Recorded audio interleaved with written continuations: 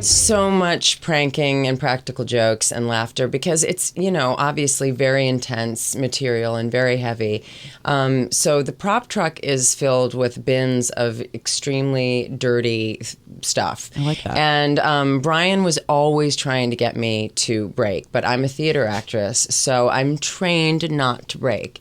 But he was really trying to get me all the time, and he's in his underwear half the time. So he was always putting objects in his underwear to try to make me laugh, and I basically never broke. And often he would take the underwear off as well when I was on camera, and it was my close-up. Gotta love him. And I still never broke, and they couldn't believe it. The crew could not believe it. I would complete my close-up. It's a pro right there. Completely straight-faced, and he'd say, I cannot believe this! And it would make him so angry. Of course. And then he took to hiding some filthy props underneath the covers, underneath my pillow, and my bedside table.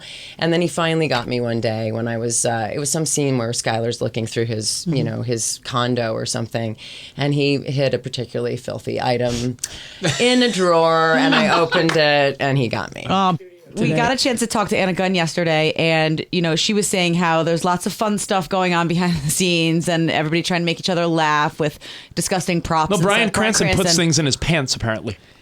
Is that happening? He is. Is he a sicko? Is he a sicko? Sicko is a strong word. Is he a prankster? I like to call him a silly artist. Okay, we'll axe the sicko. He's a silly artist. Yes.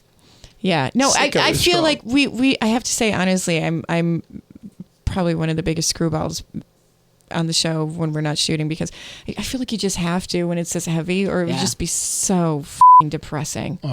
I'm completely, I'm thrilled with the way it ends, because everything that Vince has ever done with the show has been, to my mind, pitch perfect and absolutely authentic. Which is a great movie, by the way, Pitch Perfect. It is Pitch perfect. It's pitch perfect. It ends like that. They go into a number, like you said. That's right, exactly.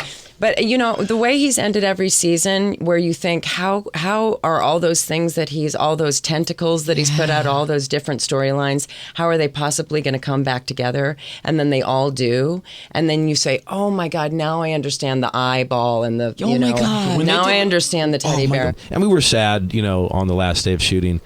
But this week, we're all seeing each other, and I was seeing Betsy, and saw the premiere last night, and you realize it's the last time I'll ever do a premiere party for Brave. And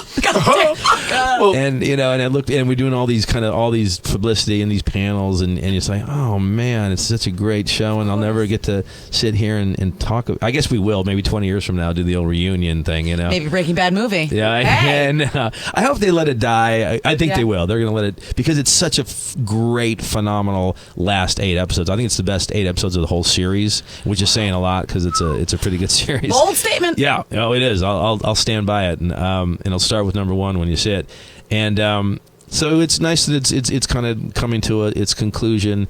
But yeah, who wouldn't miss it? It's.